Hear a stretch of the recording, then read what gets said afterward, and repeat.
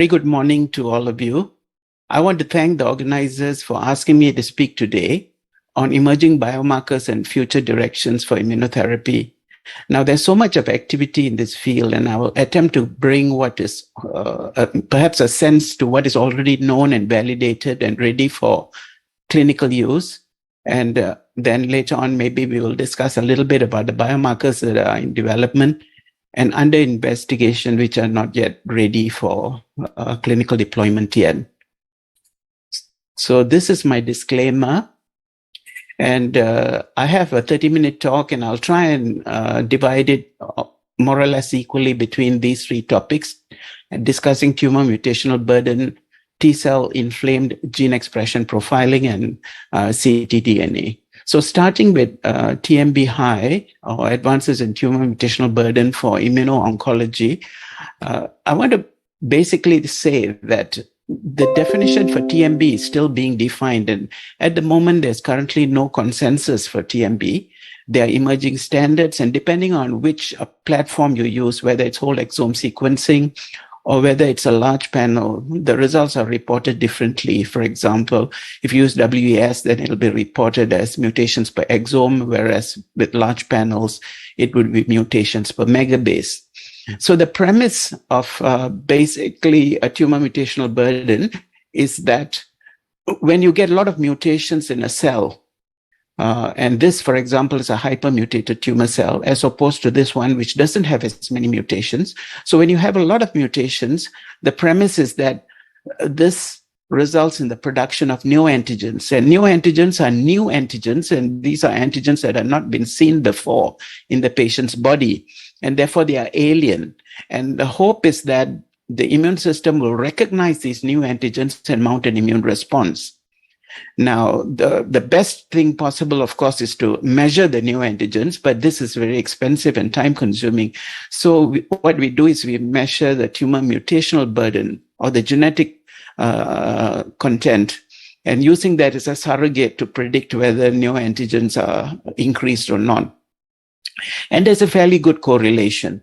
And the definition, sort of more or less, is that tumor mutational burden measures the number of mutations in a given region of a DNA. And perhaps I should qualify that this should be exonic DNA, synonymous, non-synonymous mutations, basically because this would be the coding regions, and that's the part that is going to be translated and made into neoantigens. So tumor mutational burden, tumors with high tumor mutational burden are more likely to respond to immune checkpoint inhibition. And mutations occur because as a tumor cell grows and multiplies, there are errors in the repair mechanisms, and there are many different DNA repair mechanism pathways, and I won't go into that. But as more and more mutations accumulate in certain types of tumors which are prone to developing these mutations, such as lung cancers, melanomas, and so on, then you will get an increase in the neoantigen production. The neoantigen production will result in an interferon and gamma response. And now we know that IF and gamma is very integral to the expression of PD-L1. And so when tumor cells express PD-L1, they tend to blunt the immune response because they would bind with the PD-1 receptor on immune cells, and therefore they are able to basically evade immune response. And the use of checkpoint inhibitors is basically to decamouflage the tumor, thus restoring immune competence. So here on this side, you have tumor mutational burdens, which is high, and then, inflammatory infiltrating the tumor cells in increasing percentages. So the strategy is basically to use maybe multiple combination therapies, using this dual biomarkers, TMB and the inflammatory response to tumors, to try and see how we may manipulate in both of these axes to try and improve immunocompetence and restore immunocompetence. So the more neoantigens are produced, the more likely checkpoint inhibition is likely to work. So how do you measure TMB? And as I've mentioned, the gold standard used to be whole exome sequencing, but now more and more, large panels are being used. And the same sort of principles apply when you decide you want to start doing TMB in your laboratory. It basically must be able to use the material that's already available. And typically in a diagnostic laboratory, this would be FFPE. The test should be accurate. It should be clinically useful. It should have clinical relevance, have an acceptable turnaround time. And ideally, you should be able to run the test, not just for one kind of application, but for multiple, so that in a diagnostic lab, it becomes commercially viable to run it. And as I mentioned, you can test it on blood and you can test it on tissue. Most of the time, it's been tested on tissue. So you have tissue TMB, but blood TMB is becoming more and more important. And we'll talk about this in the third part of my talk. So the same sort of workflow that applies for tissue processing applies with some little differences and nuances when you run a TMB assay. So the starting material for whether you want to run immunohistochemistry, FISH, or just a single mutation assay, it's usually the same. It's either blood or tumor tissue. And then the same sort of pre-analytical factors that impede or hamper the successful performance of an IHC or a molecular test similarly apply to NGS. And then from then on, there is a little bit of variation as to the workflow of NGS, because you now have to decide on the platform that you want to use, how broad your panel is going to be, the kind of technology you want to use, whether you want to use hybrid capture or amplicon-based NGS, and so on. And then the bioinformatics, what sort of bioinformatics you have in place, what sort of filtering that you have in place. Are you only looking at a tumor DNA, or are you looking at germline? Are you going to filter out the germline? So basically, I'm just trying to say that there are lots of things that go into performing NGS, and especially if you're using a large panel looking for TMB. And therefore, there's a need for standardization. And unfortunately, that standardization is still not here yet. And I have put up here basically the two competing platforms that are being used at the moment. And I've mentioned whole exome sequencing and Foundation One mainly because these are the platforms that have been used in the clinical trial studies. And as you can see, whole exome sequencing looks at a whole lot of genes, whereas the Foundation One, which is a large panel with 324 cancer-related genes, looks at less than 1 megabase of DNA. And so sometimes there is some controversy as to whether it should actually at the present be regarded as a gold standard or not.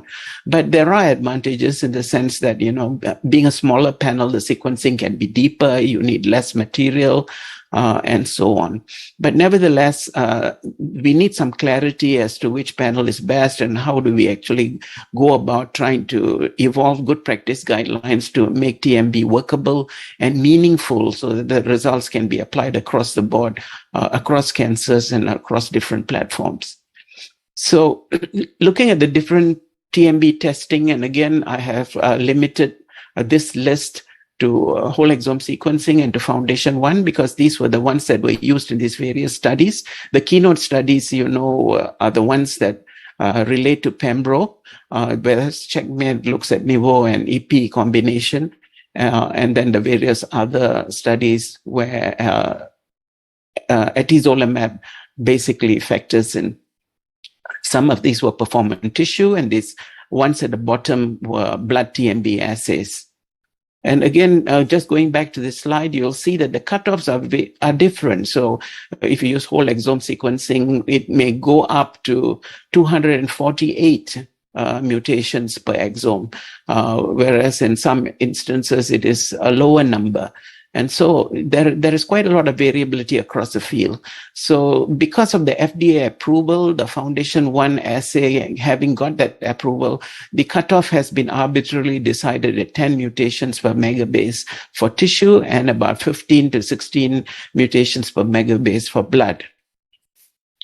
So there's when you look at the correlation between blood TMB and tissue TMB, the various studies show, and this is a study that was done in non-small cell lung cancer, and it became apparent that blood TMB has a very high specificity, very much like if you were doing EGFR in blood. It has very high specificity. If you find it, then it's real.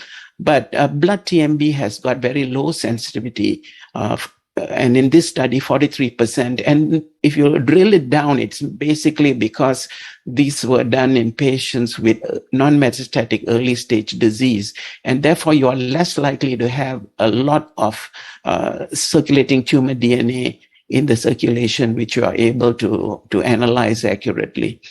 So, however, in advanced disease, blood TMB may have a predictive value.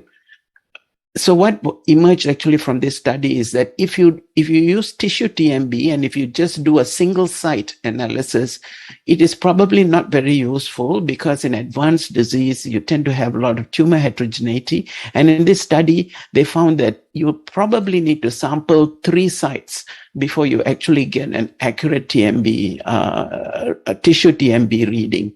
And of course, that adds additional cost to the test.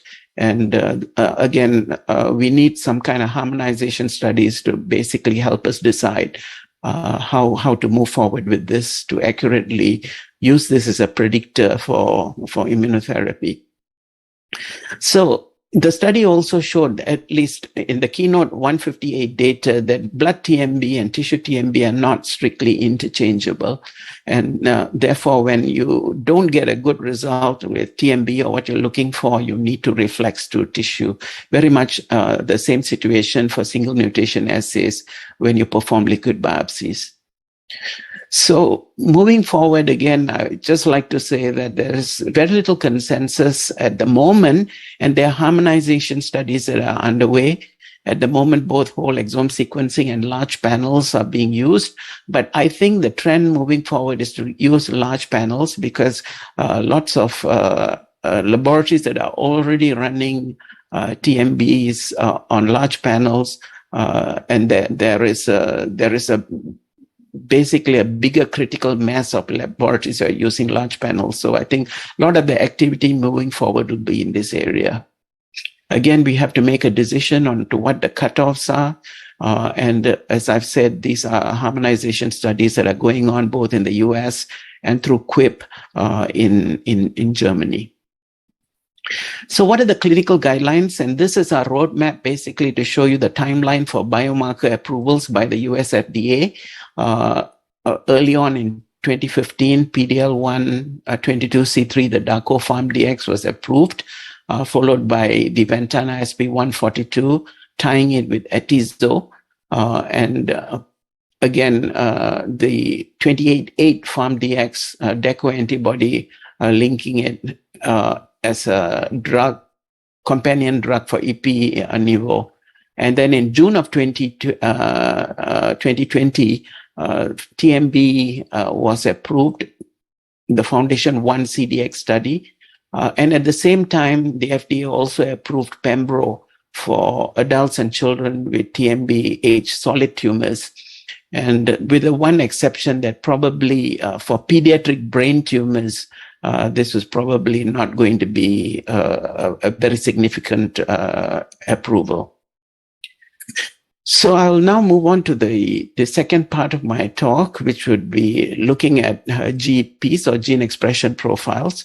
And I've mentioned earlier about hot tumors and cold tumors.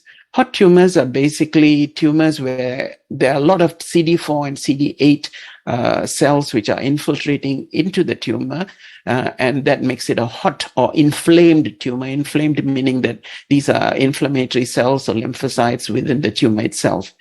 Whereas a non-inflamed or a cold tumor are basically tumors that don't have as many inflammatory cells within it. So there can be a complete absence of inflammatory cells when we say it's an immune desert, or it may be immune excluded, where you find that within the tumor, you find that the lymphocytes are only at the periphery and they're unable to get into the tumor to execute cell-mediated killing. So in either instance, these are referred to as cold tumors. And there are many studies out there to show that the presence of TRLs or tumor-infiltrating lymphocytes actually is a good prognostic sign and is associated with favorable outcomes across cancers. And this is basically just a snapshot to show you those various studies, some of them from very early on, way back in 2006. And the studies show that interferon and gamma is a critical driver for PD-L1 expression in cancer and host cells. And therefore, intratumoral tumor cell, T cell infiltration may actually improve responses, especially or including pembro. Now, how do you measure GEPs? It's an RNA expression profiling, and this is the typical workflow where you use a nanostring platform. The total RNA is extracted from FFPE or even from frozen tissue using standard methods. It's run through the RNA sequencing, and the gene expression data is basically generated, and you would discover genes and signatures which are associated with the PD-L1 response. And this is a study that came out of Finland, out of AS group.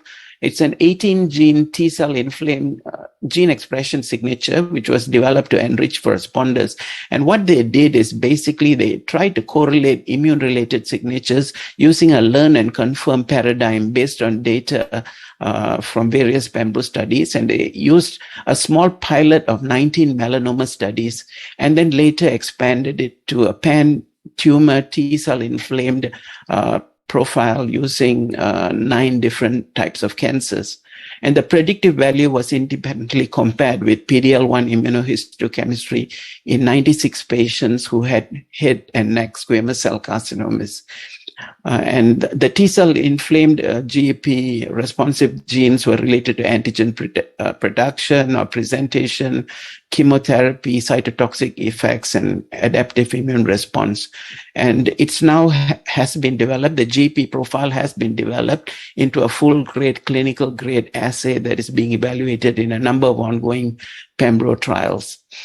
So that particular inflamed signature was further validated against existing biomarkers in patients with HNSCC in the Keynote 012 and Keynote 055 clinical studies. And basically, as you can see, there's very good correlation between TMB, PD-L1. The orange is actually IHC by CPS. And the maroon is the T-cell inflamed GEP signature, and the green is TMB by whole exome sequencing. So you can see that the receiver-operated curve, basically these travel together almost and are aggregated together, showing that there's fairly tight concordance. And when you look at these two graphs, you can see that tumors with high GEP actually do better from the point of view of progression-free survival as well as overall survival as compared to tumors with a low GEP profile. So moving on, T-cell inflamed GEPs are strongly correlated with pembro response in the assessment of 11 gene signatures across a large cohort of more than 1,000 patients. And they looked at 11 separate profiles. And to cut the long story short, basically the association of T-cell inflamed GEP and the response to pembro was excellent, actually. And you find that across 9 separate tumors, spanning from bladder, gastric, head and neck, melanomas, ovarian, hepatocellular carcinomas, and triple-negative breast cancers, that the GEP, tumors with a high GEP score actually did those with a low GEP scores in relation to response to pembrolizumab.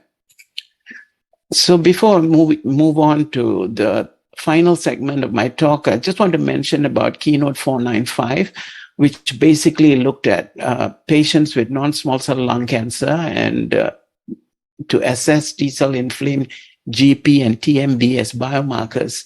So as you can see, they segregated them into 4 groups, and the pembro-based immunotherapy basically was effective in patients with advanced non-small cell lung cancer who were stratified by T-inflamed gene expression signatures and tumor mutational burdens. And you find that when you have GEP low and TMB low, the overall response rate is is actually not that great. It's just a little bit over 5%, as opposed to when you have tumors which have both a high TMB as well as gene expression scores which are high, the overall response rate is actually good. And you find that, the interventions were basically with Pembro in combination with another drug. MK1308 is actually an anti-CTLA4 agent. 4280 is Febelizumab, which binds to LAG3, which is expressed on tumor-infiltrating lymphocytes. And Levantinib basically is a multi-tyrosine kinase inhibitor. So across the board, you find that the overlying message or the underlying take-home message is tumors with GP high and TMB actually have a better overall response rate. So what about the median progression-free survival? It's about 9.3 months in these patients, as opposed to 5.9 months or 3.4 months in this group. So basically, this is probably going to be something that's going to evolve and become important as soon as we sort out the good practice guidelines and the recommendations for both GP high and for TMB.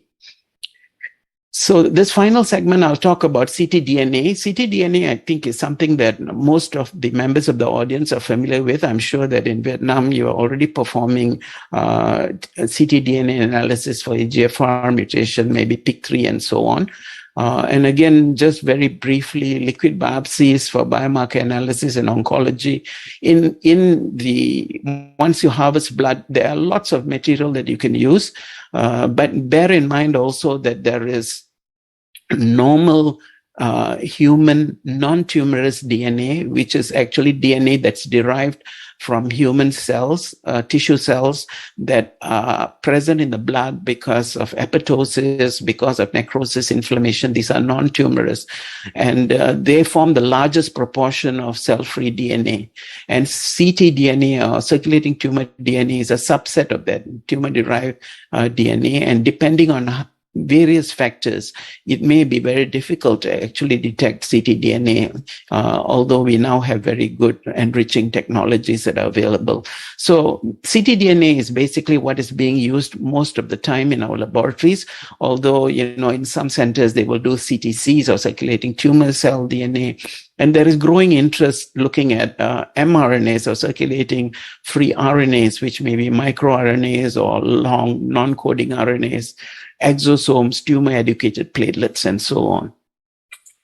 So these are some of the tests that are already approved by FDA, and some of you may already be doing these, especially in most laboratories. You're probably already running EGFR mutations for non-small cell lung cancers, and for, in special instances, looking for PIK3CA mutation in breast cancers, because there are therapies available for this. And then, of course, you have the other approvals for Garden 360 and Foundation 1, which again are companion plasma-based diagnostics, which are FDA approved. So I've mentioned about the various analytes that you can use in a liquid biopsy, but to summarize, liquid biopsies are attractive because they are non-invasive. It's a blood draw. It can be used as a monitoring tool and therefore can provide longitudinal data. And the tumor burden, like I said, really is important, because the more advanced your disease, the larger your tumor, the more likely you are to get ctDNA in the circulation that you can usefully analyze. Because ctDNA has a short half-life, it's probably more sensitive, and it's probably a better monitoring tool than looking at radiological imaging or looking at protein markers in the blood. Because because of its short half-life, it's actually much more dynamic. And because also it is from the blood, it is a central repository in a patient with multiple metastases of all the potential mutations or possible mutations that may be present in the various metastatic sites, because all that ctDNA will spill into the circulation, and you can harvest and look at these by using the blood draw. So again, like I've said, this little box here basically summarizes everything. You can screen for cancer. You can decide based on whether you have a driver mutation. It can help you select for treatment. And once you've treated the patient, you can look for minimal residual disease. You can look to see if there's emergence of resistance mutations. And then, of course, you can detect these resistance mutations early. Of course, the disadvantages are there as well, because, you may not be getting a tumor that sheds as much ctDNA, and therefore, it may be a false negative result. So these are the multiple techniques. I won't go into the ctDNA analysis workflow. It's pretty much the same kind of workflow as tissue DNA, except that this is from the blood. And the advantages, of course, is that you get a purer sample, although it's present in smaller quantities, because you don't have the problems of extracting it from formalin-fixed tissue with all the other pre-analytical factors that may impact processing, fixation, deamination effects, and so on. So I've already mentioned about many of the limitations of the ctDNA, and this is basically related to the analysis. There are also some events such as clonal hematopoiesis, which you may have to be aware of, because these may be clonal events that are not associated with malignancy, and they may occur in healthy patients as well. And in patients who do not have cancers, especially if they get older, you may get mutations, but these are not necessarily associated with cancer. So this is the INSPIRE study, which was a prospective study. I want to emphasize it is a phase 2 study looking at a fairly small group of patients, 94 patients with advanced solid tumors who are treated with Pembro. It's a single institution study. And therefore, basically, what they found is that when you analyze the tumor DNA in the blood, basically using whole exome sequencing, you can basically get levels that will actually predict whether the patient is going to respond to immunotherapy or not. And if you get levels that are below the median level, this is associated with clinical benefit rate that is improved overall survival, progression-free survival, and so on. And if you get a decrease in the ctDNA level from baseline values, again, these are associated with good prognostic indicators. So here you have this graph. This is a little bit busy. I'm not sure whether you can see it, but basically it shows the same kind of findings. So when you have a change in ctDNA from baseline, and this is associated with overall survival when you treat them with Pembro, targeting it against patients who have a decrease or an increase from the baseline median values. So this is the keynote 189, where the ctDNA was used to assess blood tumor mutational burden in association with its outcomes to Pembro. So in addition to tissue TMB, which was assessed by whole exome sequencing, here blood TMB was also evaluated in this study in the keynote 189 clinical trial. The blood TMB was assessed in cell-free DNA using the Garden Health Omni assay. And to summarize, the results of the trial showed that blood TMB was significantly associated with progression-free survival, but not with overall survival or overall response rate. Using a cutoff of 170 mutations per exome, or, the correlate would be about 15 mutations per megabase.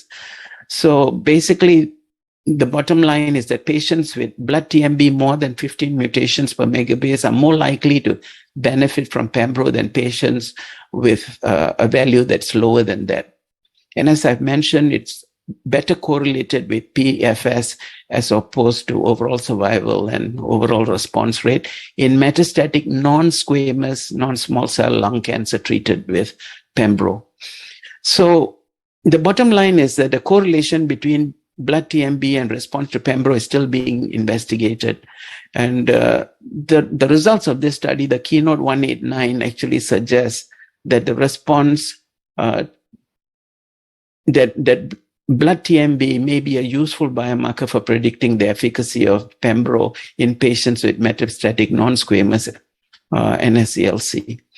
So again, I just want to emphasize that the results are based on a single study, and therefore more research is needed to confirm the findings and before it makes its way into routine clinical use. So before I finish, I just want to say that there are other studies that are looking at blood TMB-based assays for use with ICI therapy. And some of these have not really been reported yet as related to the cutoffs for high TMB that they are using. And as you can see, depending on the study, the cutoffs are different. And therefore, again, to emphasize the need for harmonization studies. So basically, we have newer and newer markers. Today, we talked about TMB, we've talked about GEP, we've talked about how we may effectively use circulating tumor DNA, which is very exciting because this is a non-invasive method for trying to assess efficacy to ICI. And therefore, I feel that moving forward again, it's not going to be one biomarker solves all your problems. You probably have to look at various different biomarkers together, looking at T effector cells, looking at interferon and gamma gene signatures, as I have shown you in my study on in the studies that were presented regarding GEP. We may have to look at tumor mutational burden. Again, we need to iron out the various differences and develop good practice guidelines before these become applicable in human practice. There may be better ways and cheaper ways and less expensive ways of directly measuring neoantigen load, and this is something that is still not been evolved yet or being presented in any of the clinical studies yet, but I'm sure we will be getting there soon enough. And of course, our good old friend, the PD-L1 immunohistochemistry, which is something that we've been doing for a long time. And most laboratories are actually very good at it because, they've had the ability to actually go through that learning curve and practice this as part of their daily routine. There are other things that we haven't really looked at: metabolism, the microenvironment. What are the things that we can do at the microenvironment level that can actually help boost the immune response? This microbiome is an area that has been completely ignored for a long time, but now there's quite a lot of studies, and we look forward to hearing how this may actually integrate into the whole picture and how it may be possible for us to use this microbiome signatures to see whether there is a likelihood that these patients would respond. And this other stuff are stuff that we don't yet know and which are probably going to be discovered as we move forward. And so in the final analysis, it may be necessary for us to actually perhaps use what I call a cancer immunogram. And now with the advent of AI, it may be very difficult for a single person to sit down and try and integrate this, but using artificial intelligence, it may be possible for us to feed all of this data into a sort of an algorithmic model and have that program generate for us a yes or no result. Is the patient likely to respond to immunotherapy or not? Because at the end of the day, it is really a costly therapy, not without its side effects. So in conclusion, I just want to present to you my summary slides. And I've made it very simple because, again, this is an area that is continuously being developed. As far as TMB is concerned, it may be quantified using either whole exome sequencing or large tumor panels, target panels. And by large panels, I think it should be much more than 300 genes for it to actually be accurate enough to measure TMB. You can use blood, you can use tissue, and there's a lot of uncertainties in the way we measure TMB, panel composition, the bioinformatics, what are the cutoffs, and these are topics for discussion and certainly for deliberation. And encouragingly, there are harmonization effects that are underway, and the best practices are being defined, and I'm hopeful that in the next couple of years, these will become part of the guidelines. GP studies have indicated, again, I think this is a recurring theme that is becoming very predictive, that if you have a high T-cell inflamed GP signature, these patients with these tumors are likely to respond to checkpoint inhibition. The trade-off is that RNA expression profiling is expensive for any one lab to run unless you have a large volume. And identifying the type of GP signatures is going to be important, because this again needs consensus guidelines to say what are the best genes to be used as part of that panel to define that GP signature. ctDNA, it is there's a lot of allure and attraction using this. It's non-invasive. It provides real-time information about the tumor stages. And as I've mentioned to you, there are already several ctDNA platforms, assays that are approved for use. The clinical applications are still being explored. So some of these are my own personal thoughts. So again, as you can see, there's only at best a modest agreement between the various tests that are being used to assess patients most likely to respond to therapy. And I say this because, if there was a test that was really a surefire way to identify these patients, then we wouldn't have so many different tests, whether it's PDL or PDL1 assays, or whether it is GEPs or ctDNAs. We wouldn't have so many. And the fact that we are exploring more and more of these means that we really don't have a gold standard yet to use just one test to predict how a patient is going to respond. So again, building on that, it's probably we need to evolve an algorithmic approach encompassing multiple parameters, multiple technologies. It's not going to be cheap, but that's probably going to be the best predictive way. And if we can rope in AI technologies into the mix, then I think it'll become much more objective and have better predictive value. And again, as every new technology, it will be expensive. It will require infrastructure. It will require financial commitment. It will require training people, the expertise. And then, of course, it's always important to recognize that some of these technologies may be very premature to deploy if the therapies are not available or are prohibitively expensive. So with that, I want to thank you for joining me today.